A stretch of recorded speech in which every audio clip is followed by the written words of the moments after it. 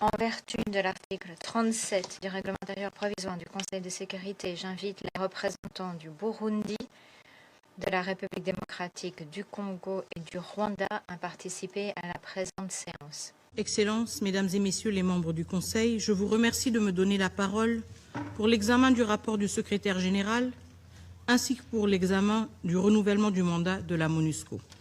Je salue la qualité du rapport et je rends hommage au département des opérations de paix, aux acteurs humanitaires et à l'ensemble du personnel onusien qui, jour après jour, œuvrent à la protection des civils dans des conditions d'une extrême gravité, nous rappelant que la raison d'être de cette organisation est de défendre la dignité humaine, même lorsque les circonstances sont les plus adverses.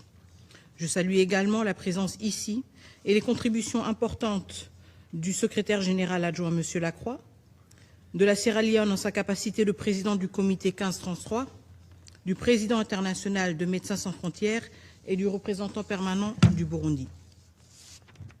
Monsieur le Président, le 4 décembre dernier, à Washington, les présidents Félix-Antoine Tshisekedi Tshilombo et Paul Kagame ont signé un accord de paix facilité par les États-Unis d'Amérique sous le leadership du président Donald Trump. Cet accord, soutenu par les garants régionaux et internationaux, portait et porte l'espoir d'un tournant historique. Pourtant, moins de 24 heures après cette signature, les faits en contredisent les engagements pris.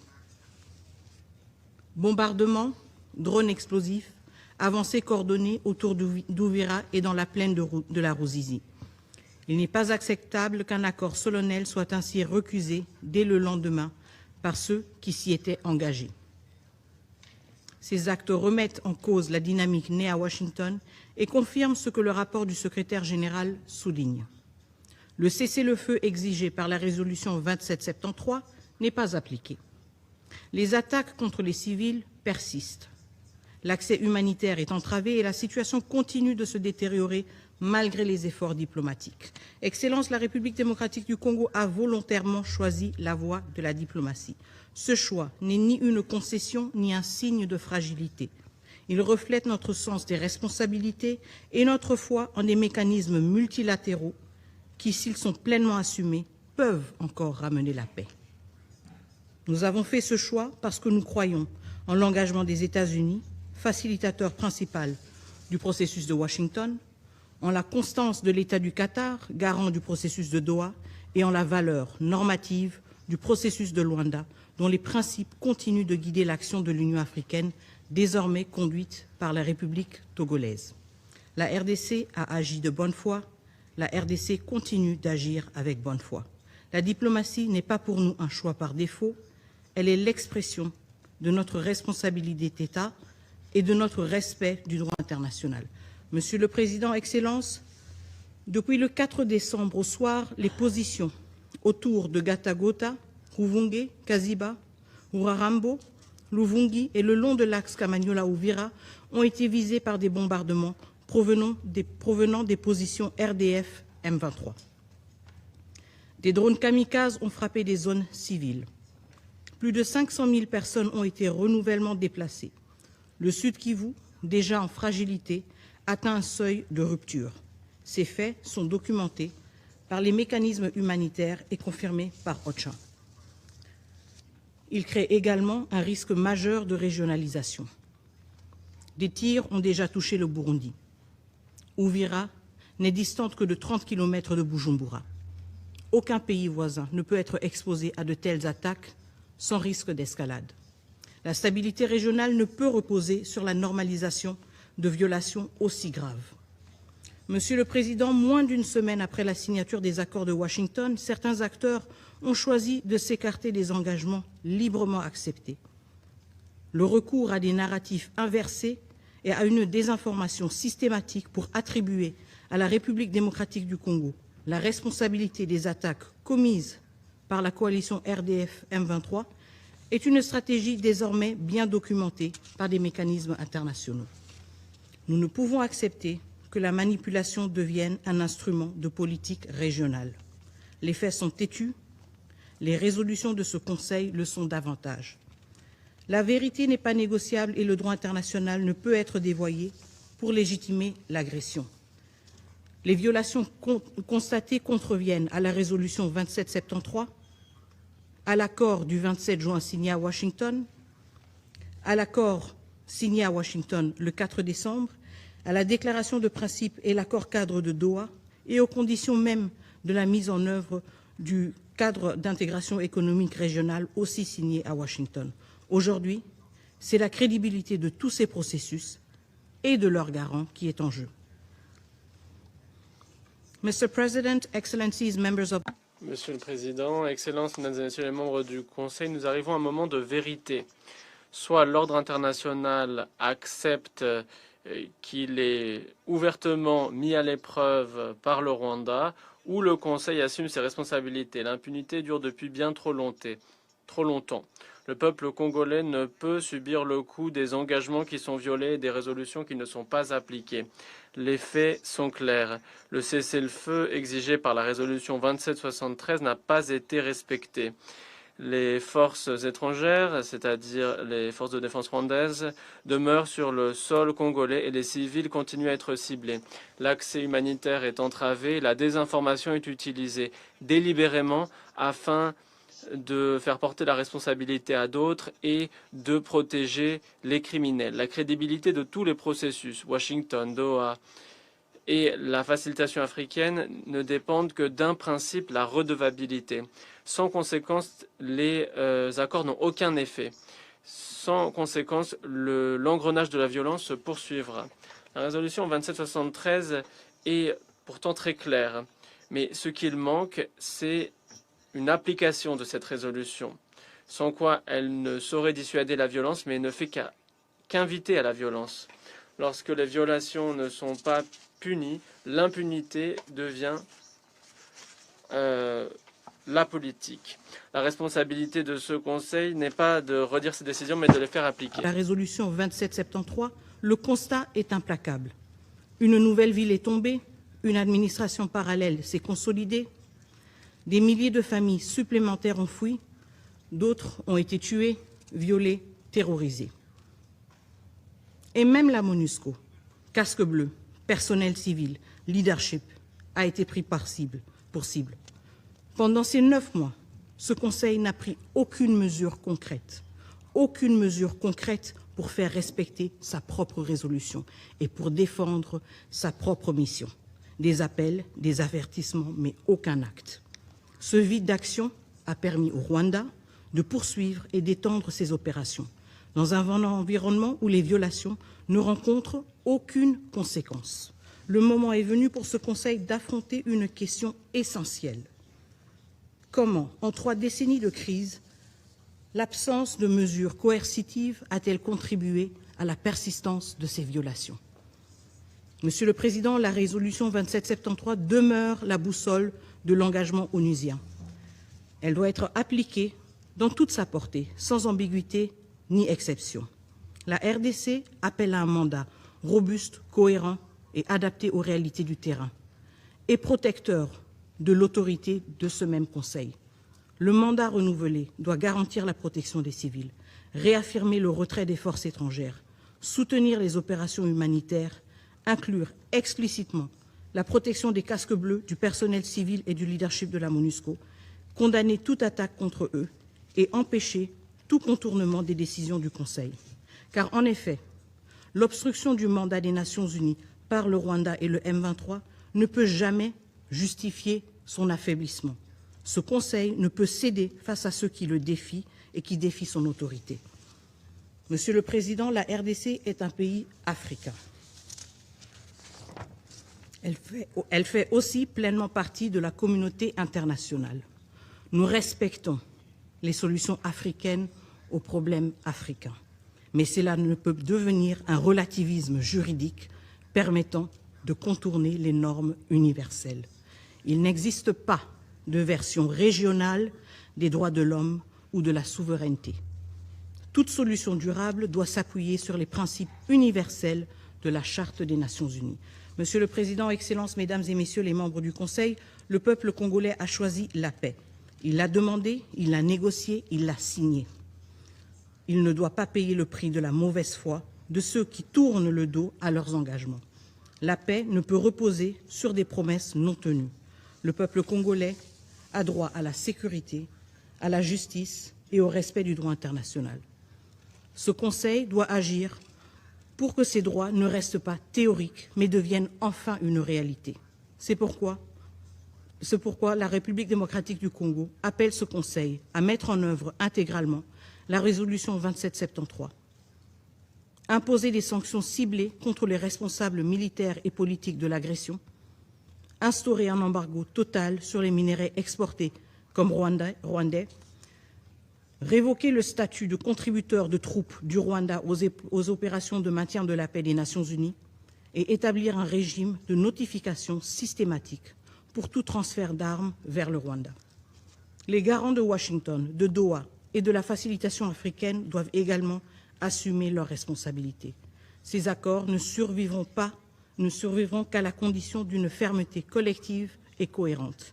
Il appartient désormais à la communauté internationale de faire respecter les engagements pris et de permettre enfin l'avènement d'une paix durable dans l'Est de la République démocratique du Congo et dans toute la région des Grands Lacs. Je vous remercie. Nous nous réunissons alors que le M23, soutenu par les forces rwandaises de défense, a lancé une offensive sur Uvira cette semaine, quelques jours à peine après la signature de l'accord de Washington le 4 décembre. Cette situation ne peut qu'interpeller le Conseil au moment même où ses membres délibèrent sur le renouvellement du mandat de la MONUSCO. J'insisterai à ce point sur 3 messages. Par l'ensemble des acteurs, à commencer par son appel à un cessez-le-feu inconditionnel, effectif et vérifiable. Le respect de la souveraineté et de l'intégrité territoriale congolaise est non négociable. Les actions provocatrices ou les discours de haine mettant en péril la sécurité des civils doivent cesser. Les accords de Washington doivent être respectés. L'accord cadre de Doha doit être appliqué. Nous appelons à la poursuite des efforts de l'Union africaine. Les récents événements risquent de mettre un terme à un règlement politique durable du conflit. 3e message. Nous ne devons pas laisser cette situation remettre en cause le mandat de la MONUSCO et les négociations en cours. Comme l'a rappelé le secrétaire général adjoint, la MONUSCO continue de jouer un rôle essentiel en matière de protection des civils et dans la perspective du règlement du conflit. La France, en tant que porte-plume, a présenté un projet destiné à positionner la MONUSCO dans un rôle d'accompagnement de tous les efforts de paix. Cela comprend la question de la surveillance d'un cessez-le-feu, pour laquelle la MONUSCO dispose d'atouts évidents par la présence sur le terrain, son expertise, ses capacités et son impartialité. Les entraves imposées par le M23 à sa liberté d'action et à son approvisionnement en ressources de première nécessité sont inacceptables et doivent cesser. Dès lors, nous appelons les membres du Conseil à poursuivre les négociations de bonne foi, en gardant à l'esprit la responsabilité qui leur incombe au regard de la situation présente et en sachant que toute l'attention de cette délégation est acquise. Monsieur le Président, les populations de l'Est de la République démocratique du Congo, les pays de la région et les contributeurs de troupes attendent du Conseil qu'il se montre à la hauteur de ses responsabilités au regard de l'urgence. Sachons répondre à cette attente pour la paix en République démocratique du Congo et dans la région. Je vous remercie. Je remercie le représentant de la France de son intervention. Je donne la parole à la Sierra Leone. Je vous remercie, Monsieur le Président. J'ai l'honneur de prononcer cette déclaration au nom des A3+, Algérie, Guyana, Somalie et mon pays, la Sierra Leone. Nous remercions le secrétaire général adjoint Jean-Pierre Lacroix et M. Javid Abdelmoneim des informations fournies sur la situation sur le terrain. Nous saluons la participation des représentants de la RDC, Mme Wagner, ministre des Affaires étrangères, de la coopération internationale et de la francophonie, et du Rwanda et du Burundi. Nous saluons leur participation. Ces 3 dernières décennies, la MONUSCO et la mission qui l'a précédée, la MONUC, ont été présentes en RDC pour appuyer la paix, la stabilisation et la protection des civils dans un contexte caractérisé par des conflits armés récurrents, des difficultés humanitaires complexes et une transition politique majeure. Les A3+ réitèrent leur appréciation en faveur de la mission pour son service continu et son dévouement en faveur du peuple congolais dans des circonstances extrêmement difficiles. Toutefois, alors que nous nous réunissons, la paix et la stabilité en RDC demeurent précaires, en dépit d'efforts diplomatiques régionaux et internationaux continus. Nous souhaitons par ailleurs remercier Madame Bintou Keïta, représentante spéciale du secrétaire général en RDC et chef de la MONUSCO, pour son leadership et pour son attachement à la paix et à la stabilité en RDC. Son dévouement au peuple congolais, notamment en faveur des efforts pour appuyer les civils, sont tout à fait précieux. Monsieur le Président, les évolutions dans l'est de la RDC, notamment la prise d'Ouvira, qui est la dernière grande installation dans le sud Kivu, par les rebelles du M23, nous préoccupent profondément. L'aggravation de la situation humanitaire pour la population civile est encore plus préoccupante. Ils ont été déplacés, ont dû traverser la frontière pour trouver sécurité et créer potentiellement une pression dans les pays hôtes. Il importe d'appuyer ces pays qui servent de refuge pour ceux qui fuient les violences en RDC. Les A3+ demeurent préoccupés par la situation humanitaire en RDC qui figure parmi les plus graves du monde depuis longtemps. L'offensive reprise dans le sud Kivu risque d'entraîner un effondrement du système humanitaire sous-financé qui est déjà à ses limites. 5,7 millions de personnes sont déplacées, 24,8 millions de personnes seraient en insécurité alimentaire, alors qu'il y a des contraintes sécuritaires en matière d'accès élevées. Le personnel humanitaire ne peut continuer de déployer ses activités face aux hostilités dans le sud Kivu. Les informations remontées par les organisations humanitaires internationales nous préoccupent par ailleurs. D'après le CICR, près de 200 000 personnes ont été déplacées, l'essentiel des victimes de ces violences étant les femmes et les enfants. Le Conseil doit intervenir de manière décisive pour mettre fin à l'escalade du conflit dans l'est de la RDC. Nous devons rappeler à toutes les parties au conflit de respecter leurs obligations au titre du DIDH et du DIH, obligation de protéger les civils en période de conflit. Monsieur le Président, les A3+ réitèrent que la solution à ce conflit demeure fondamentalement politique. Nous sommes encouragés par la signature la semaine dernière des accords de Washington pour la paix et la prospérité par les présidents Tshisekedi et Kagame, en présence de dirigeants africains, notamment le président João Lourenço de la République de l'Angola et président de l'UA, en présence de Faure Gnassingbé, président du Conseil des ministres du Togo, et le médiateur de l'Union africaine désigné pour la crise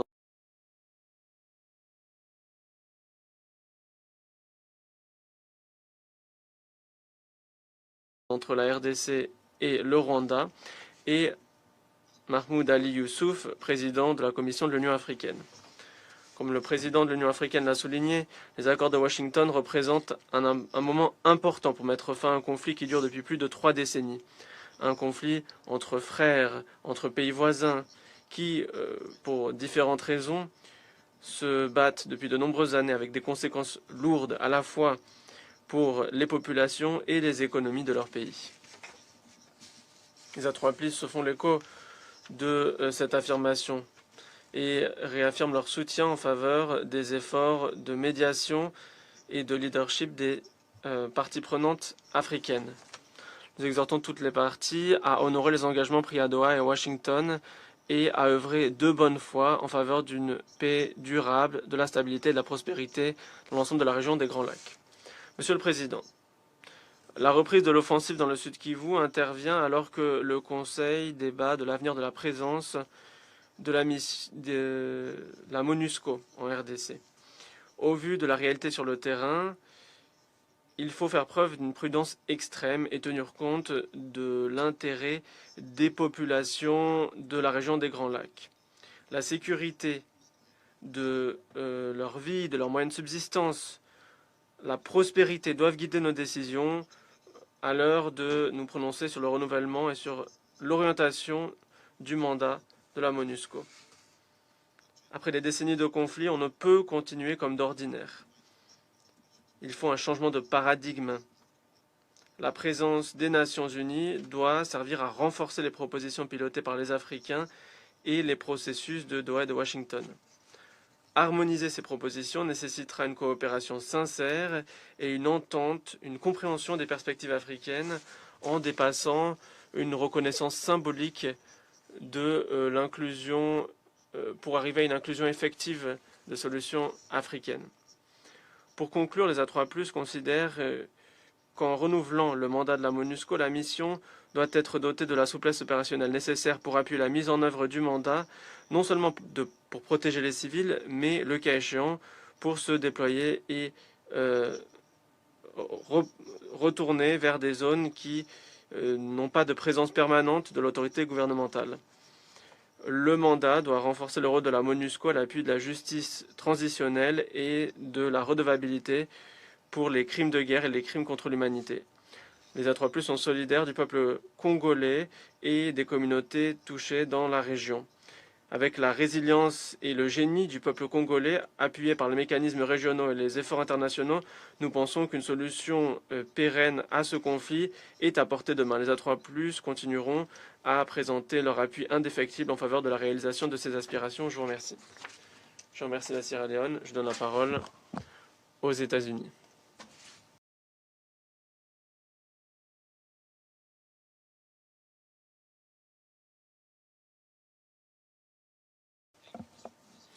Je vous remercie, Monsieur le Président. Je remercie les intervenants, chers collègues. Le président Trump, chers collègues, s'est félicité d'avoir réuni le président Tshisekedi et le président Kagame à Washington le 4 décembre pour la signature des accords de Washington et du cadre d'intégration économique régionale. Il s'agissait là d'un signal clair et d'un effort en faveur de la paix. Toutefois, les processus de paix nécessitent que les parties honorent leurs engagements au titre de ces processus.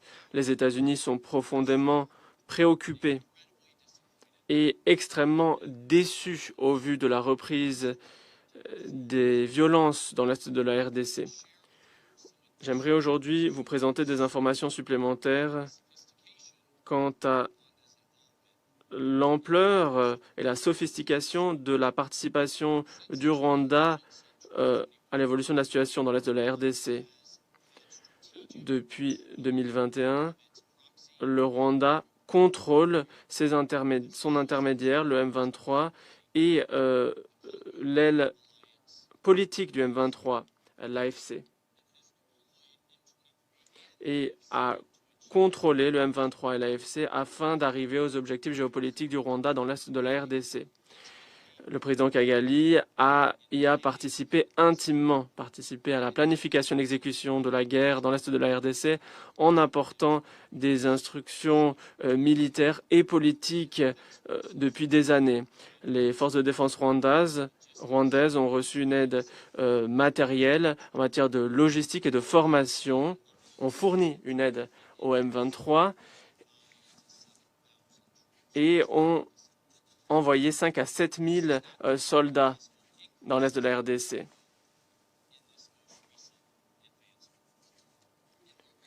Ces derniers mois, le Rwanda a déployé plusieurs missiles sol-air et des armes sophistiquées dans le nord et le sud Kivu afin d'aider le M23 dans son conflit face à la RDC. Le Rwanda et le M23 ont entamé leur offensive le week-end dernier afin de prendre Uvira avec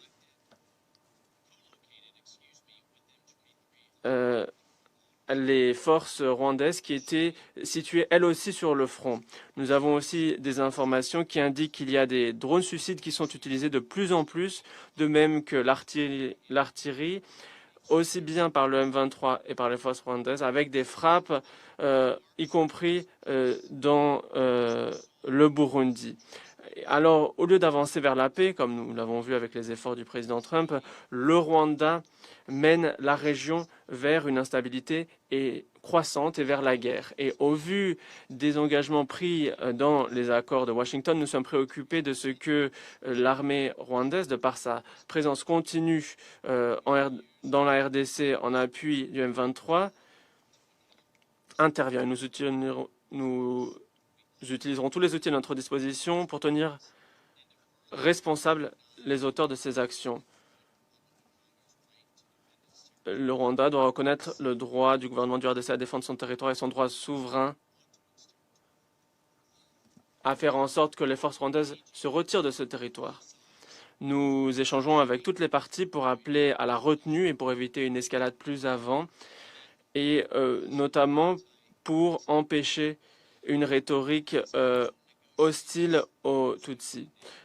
Alors que l'on négocie du mandat de la MONUSCO, les États-Unis veilleront à ce que la mission soit dotée des capacités suffisantes pour apporter une aide aussi bien au processus de Doha que celui de Washington, en gardant à l'esprit que les parties sont responsables de la réussite de la mise en œuvre. Et nous comptons sur le soutien de ce Conseil à l'heure de négocier de ce mandat. La capacité de la MONUSCO à apporter des capacités en appui de ces processus dépend toutefois de sa capacité à circuler, à se réapprovisionner et à appliquer son mandat sans ingérence. Le fait que les forces de la paix de l'ONU soient assiégées par des forces qui sont appuyées par un État membre qui lui-même fournit un contingent aux opérations de paix est une hypocrisie bien triste. Malheureusement, le M23 bloque depuis des mois la MONUSCO et cela a compromis sa capacité à opérer de manière efficace à Goma, comme cela a été évoqué maintes fois aujourd'hui. Et le Rwanda continue à déployer des missiles sol-air et à mener des opérations pour brouiller et leurrer les communications, ce qui a compromis le déploiement des opérations. Comment la MONUSCO peut intervenir, peut réussir dans ces conditions? Nous demandons une fin immédiate à ces obstructions qui sont une violation des obligations du Rwanda et du M23 au titre des accords de Doha et de Washington. Nous appuyons la MONUSCO et ses objectifs et la réalisation de ces accords historiques de manière indéfectible qui présentent un potentiel, celui de mettre fin à des décennies de souffrance dans l'Est de la RDC. Je vous remercie, Monsieur le Président. Je remercie les États-Unis de leur intervention. Je donne la parole à la Fédération de Russie. Nous remercions le secrétaire général adjoint, Jean-Pierre Lacroix, de son intervention. Nous remercions le représentant permanent de la Sierra Leone en sa qualité de président du comité 1533. Nous avons écouté avec attention le docteur Mohamed Javid Abdelmoneim. Nous saluons la participation de la ministre des Affaires étrangères, de la coopération internationale et de la diaspora, Madame Wagner, et nous saluons la présence du Burundi et du Rwanda. Malheureusement, cette séance se tient alors qu'il y a une escalade dans le Sud Kivu suite à l'offensive du M23. Nous avons dit maintes fois que nous suivons avec préoccupation l'évolution des événements dans cette province. Uvira, qui est à la frontière avec le Burundi, est menacée depuis quelques mois d'encerclement et d'offensive de la part du M23. Cette situation, quelques jours après le sommet à Washington, montre à nouveau que diplomatie internationale n'apporte pas de résultats sensibles et n'influe pas sur la situation sur le terrain de manière substantielle. Nous ne constatons pas de cessez-le-feu ou d'armistice. Cela reste lettre morte. La région des Grands Lacs se rapproche de plus en plus d'un affrontement armé interétatique de grande ampleur. Nous appelons à un cessez-le-feu et à se concentrer sur des mesures réelles pour régler la crise et permettre des conditions normales pour les civils de tous les pays de la région. Le Rwanda et la RDC doivent commencer à exécuter la résolution 2773 et cesser de coopérer avec le M23 et les FDLR. Tant que ces ingrédients élémentaires seront ignorés, la situation ne fera que se dégrader. Je souligne que nous appuyons tous les efforts internationaux qui visent une fin du conflit armé à l'est de la RDC et une paix durable tant attendue pour les Congolais et leurs voisins. Il ne doit pas y avoir de doute là-dessus. Toutefois, les accords signés à Washington et Doha doivent être évalués à l'aune de la manière dont ils sont exécutés. La situation dans le Sud Kivu montre le rapport réel des acteurs du processus de négociation, le rapport réel des acteurs vis-à-vis du processus de négociation, malgré les signatures qu'ils ont imposées.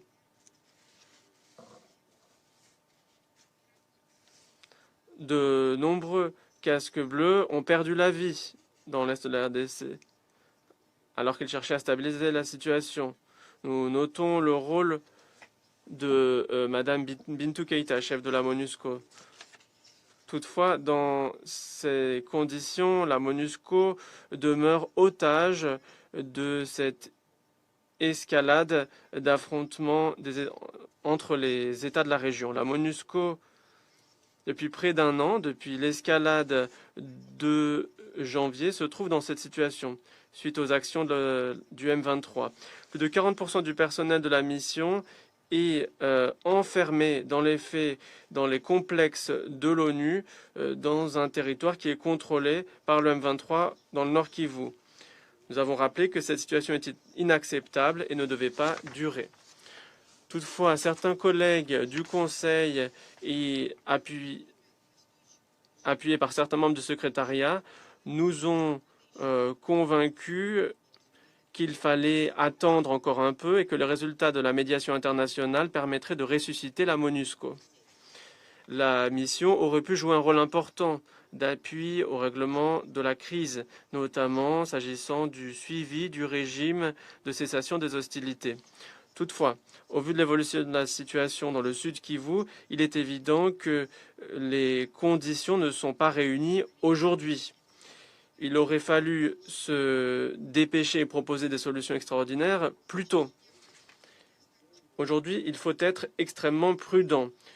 Tout amendement majeur dans le mandat de la MONUSCO doit tenir compte de la situation réelle sur le terrain et se faire fond sur des recommandations précises et détaillées du secrétariat. Seule cette approche permettra à la mission de reprendre ses activités.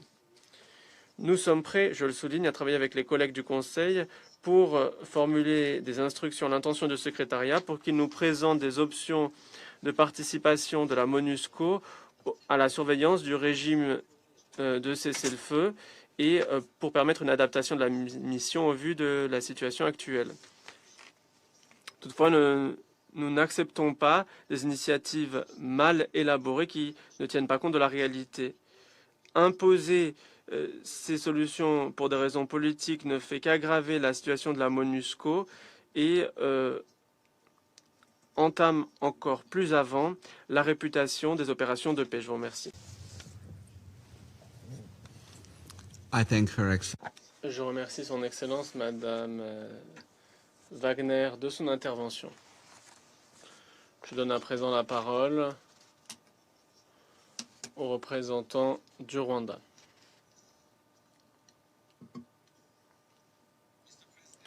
Monsieur le Président, je vous remercie de m'avoir donné la parole. Tout d'abord, je me félicite de la manière dont vous dirigez les travaux du Conseil ce mois-ci. Je salue les membres du Conseil qui arrivent à la fin de leur mandat. Votre service, votre contribution aux travaux du Conseil est inestimable. Je remercie le secrétaire général adjoint, M. Lacroix, le docteur Mohamed Abdelmoneim, des informations présentées. Je prends note du rapport du secrétaire général. Je prends acte des déclarations que nous avons entendues. Nous allons examiner prochainement le mandat de la MONUSCO. Nous comptons sur un mandat qui fait fond sur les accords de Washington et l'accord cadre de Doha et qui les renforce. Le secrétaire général, dans son rapport, les ayant identifiés comme les voies centrales pour une paix durable. Le mandat doit donc donner la priorité à l'impartialité stricte et à la neutralité politique, à l'appui à la mise en œuvre du cessez-le-feu et au dialogue politique, à un respect d'une politique de vigilance vis-à-vis des droits humains, à des mécanismes de suspension et de rapport, le cas échéant, et doit appeler à une retenue pour les offensives concernant les partis qui participent formellement au processus politique et doit mettre l'accent sur la stabilité, la redevabilité et les solutions politiques en tenant compte des ressources. Ces priorités correspondent aux réalités présentées dans le rapport. L'efficacité de la MONUSCO dépendra de sa capacité à s'aligner vis-à-vis des efforts politiques. Les accords de Washington et de Doha se complètent, ils se renforcent. Si la mission les appuie de manière cohérente et impartiale, elle pourra dégager un espace pour la mise en œuvre. Le Rwanda réitère son plein attachement à la mise en œuvre de l'accord pour les obligations qu'il concerne. La réussite de l'accord dépendra de la volonté politique des deux parties. Monsieur le Président, la situation récente dans le Sud Kivu a fait l'objet d'une discussion approfondie. J'aimerais y revenir un instant. J'aimerais revenir sur certaines questions qui pourraient susciter des questions. On va me demander pourquoi je vais en parler, mais je vais y revenir. En 1994, dans cette salle, l'ambassadeur Kovac de la République tchèque, l'ambassadeur Keating de Nouvelle-Zélande, l'ambassadeur Gambari du Nigeria ont affirmé que les Rwandais étaient en train d'exterminer. Un groupe ethnique allait être exterminé. Ils n'avaient jamais été au Rwanda, mais ils ont exécuté leurs responsabilités, se sont opposés au silence et au déni que l'on avait observé dans cette salle pour qualifier le génocide pour ce qu'il était au Rwanda. Je suis donc ici, j'ai survécu parce que il y avait ces diplomates courageux qui se sont acquittés de leurs responsabilités. La situation dans le Sud Kivu et la situation générale en lien avec les accords de Washington, c'est qu'on a affaire à des situations tout à fait diverses. On a le cessez-le-feu qui a été enfreint à maintes reprises par le gouvernement de la RDC, qui, en plus, a annoncé qu'il ne cessera pas ses attaques. Les attaques aériennes sont également des attaques, des offensives. Et alors qu'avancent les efforts diplomatiques, la situation sur le terrain dans le Sud Kivu continue à se détériorer d'une manière que le Conseil ne peut moralement ou légalement ignorer. Depuis 2017, les Banyamulenge, une communauté qui parle Kinyarwanda Tutsi en RDC, a connu des persécutions systématiques et des escalades. Et je souhaitais revenir sur ça, ce qui nous a amené à cette situation.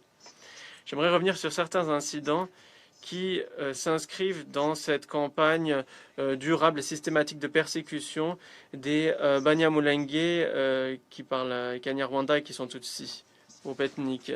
Depuis 2017, plus de 85% des villages de cette ethnie ont été détruits dans le Sud Kivu. 700 000 têtes de bétail. Or, c'est l'épine dorsale économique pour ces communautés ont été tués. Le 25 août 2025, les milices Ouazalendo et les FARDC ont émis un ultimatum de 10 jours en exigeant que les Banyamulenge quittent Uvira, sinon ils seraient tués, en leur interdisant d'accéder au marché, aux points d'eau et à d'autres moyens de survie essentiels. Le 4 septembre 2025, une décision a été prise pour refuser aux civils Banyamulenge l'accès aux points d'eau publics parce qu'ils étaient qualifiés d'ennemis.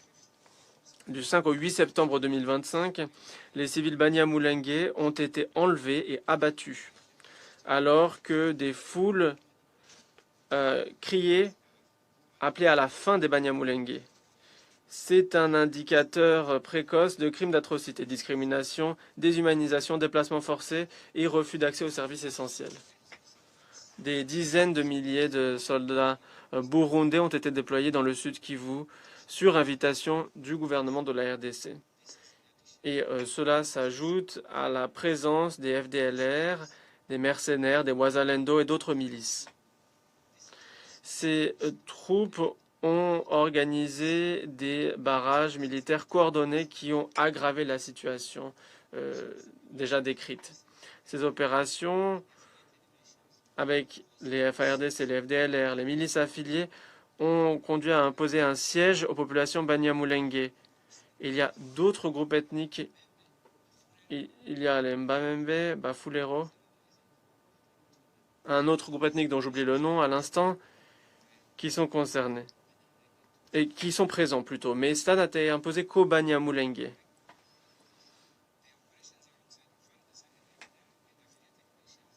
Ces groupes que je venais d'évoquer ont conduit à imposer un siège pendant près d'un an aux communautés dans les hauteurs de Minembwe qui n'ont pas eu accès à la nourriture, aux médicaments et à l'accès humanitaire, situation aggravée par les barrages militaires coordonnés. Du 16 au 18 octobre 2025, la seule route qui menait au marché de Mitamba a été fermée, coupant l'accès aux approvisionnements alimentaires pour les civils. Le 6 décembre 2025, un groupe de 80 à 100 civils Banyamulenge, essentiellement des femmes, qui amenaient de la nourriture à leurs familles qui mouraient de faim, ont été victimes d'une embuscade par une coalition FARDC, burundaise et Mai Mai. Il y a eu des informations indiquant qu'il y a eu des meurtres, des tortures, des violences sexuelles. Ce qui est aussi su, mais que l'on ignore, c'est l'ampleur des frappes aériennes commises par les forces gouvernementales de la RDC et leurs alliés qui continuent à affecter les civils déjà assiégés, à savoir notamment le 29 août 2025 et à d'autres dates, il y a eu des frappes de drones répétées touchant les franges des camps de déplacés Banyamulenge près de Mikenke. Le 27 septembre 2025, un drone CH-4 a bombardé. Ne méritait pas son attention.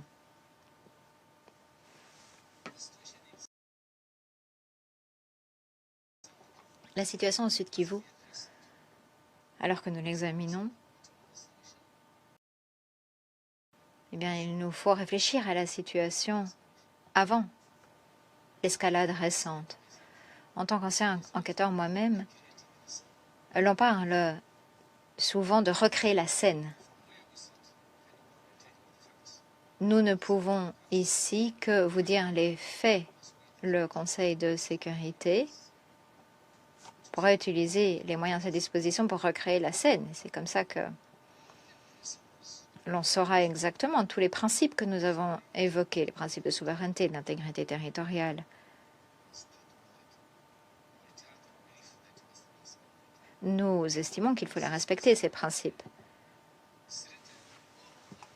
Mais tous ces principes sont menacés. Les faits sont têtus, oui. Les résolutions sont encore plus têtues. Et dans les résolutions, un fait têtu est que le gouvernement de la RDC, ces 30 dernières années, a appuyé les FDLR. Les FDLR ne menace pas uniquement l'intégrité territoriale du Rwanda, mais menace l'existence même du Rwanda et de sa population.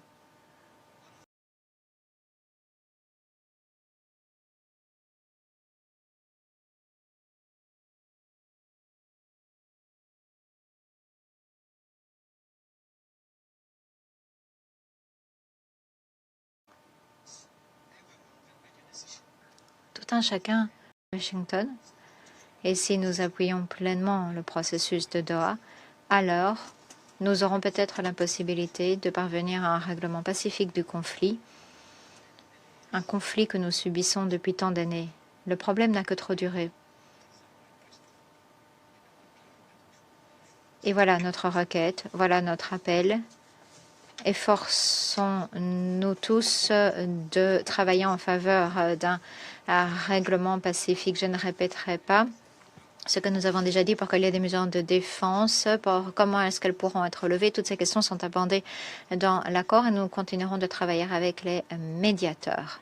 Je vous remercie.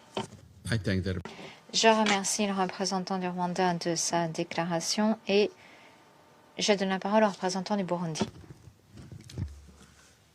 Je vous remercie, Monsieur le Président. Monsieur le Président, je voudrais d'abord féliciter la Slovénie pour sa présidence du mois et pour avoir mis ce briefing sur la MONUSCO à l'agenda du Conseil de sécurité. Le Burundi remercie le secrétaire général pour la présentation de son rapport et salue les efforts constants de la MONUSCO qui travaille dans des conditions extrêmement complexes.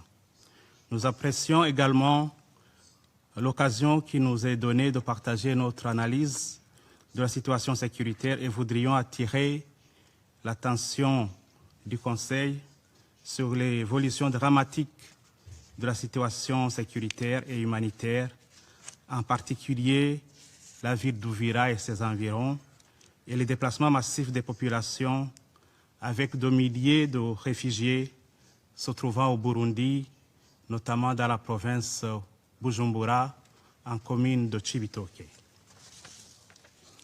Le Burundi souhaite dénoncer la violation répétée et répétitive de la résolution 2773 manifestée par la prise d'Uvira par l'armée rwandaise.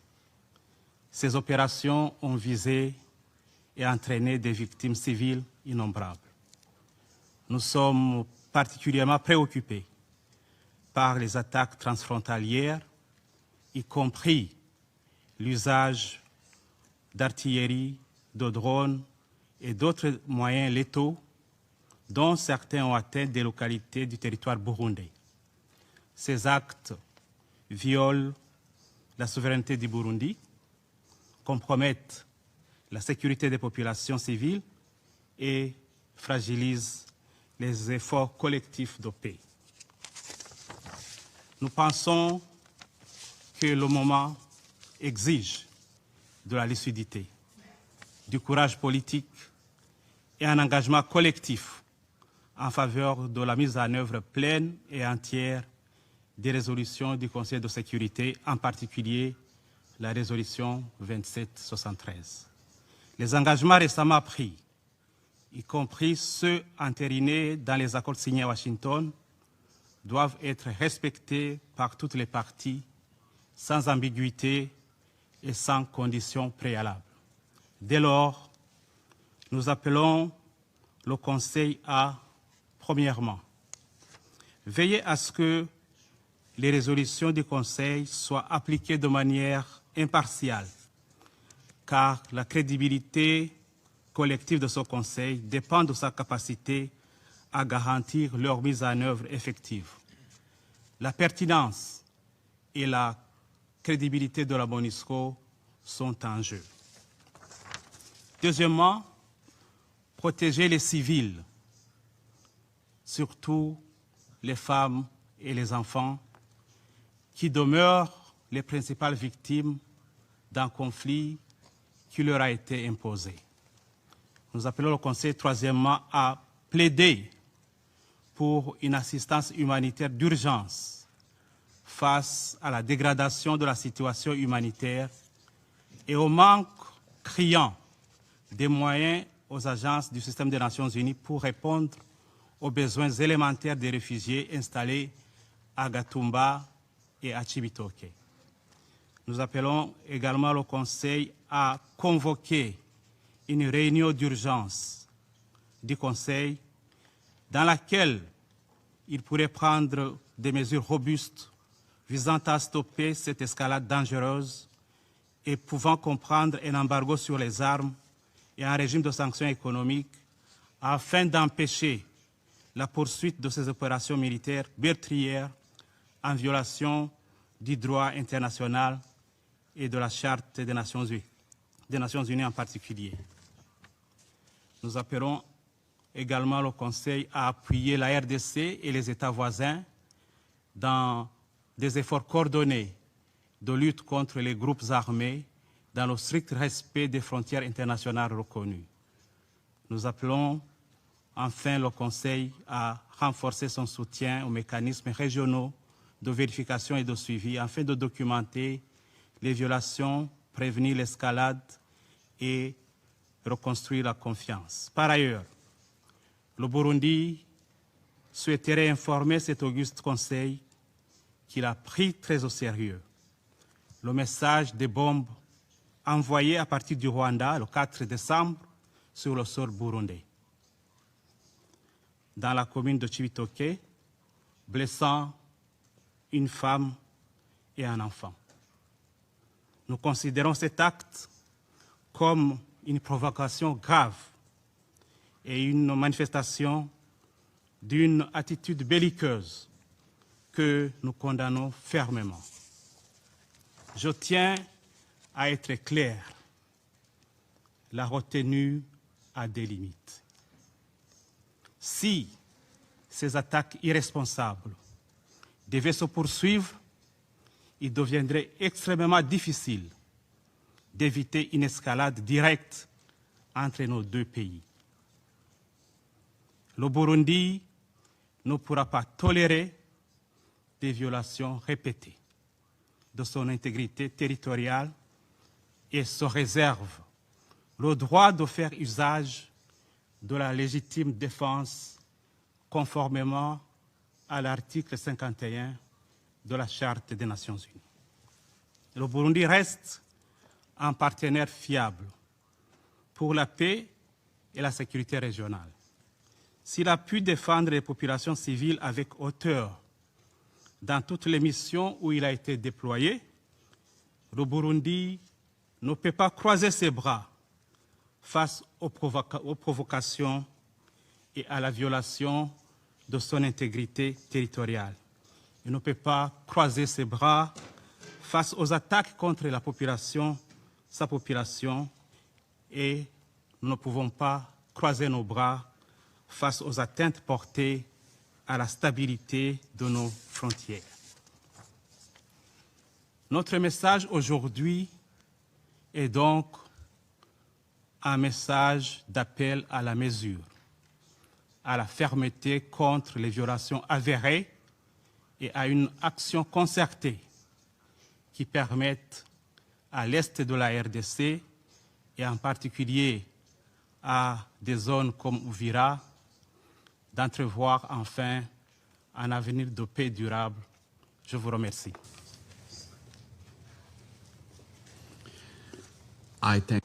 Je remercie le représentant du Burundi de sa déclaration. Le Rwanda a demandé la parole pour faire une nouvelle déclaration avant de lui donner la parole. Je tiens juste à dire que je ne veux pas prolonger cet échange de vues qui ne contribuera pas à la mise en œuvre de l'accord ou à la résolution 2773 et ça ne protégera pas non plus les civils qui souffrent. Les membres du Conseil ont entendu très clairement vos messages. Je vous demanderai par conséquent de ne prendre qu'une fois la parole. La parole est à vous. Merci, Monsieur le Président. Loin de moi l'intention de prolonger nos délibérations. Je tiens à préciser que nous ne livrons pas la guerre à la République du Burundi et nous n'avons nullement l'intention de le faire. Au contraire, il y a eu une attaque du territoire du Burundi contre la zone de Bugarama au Rwanda et dans certaines régions de la RDC avec des réfugiés qui sont arrivés au Rwanda. Je pense d'ailleurs que le HCR est déjà saisi de la situation. Je tenais juste à apporter cette précision. Je remercie le représentant du Rwanda de sa déclaration. Il n'y a pas d'autres demandes de parole.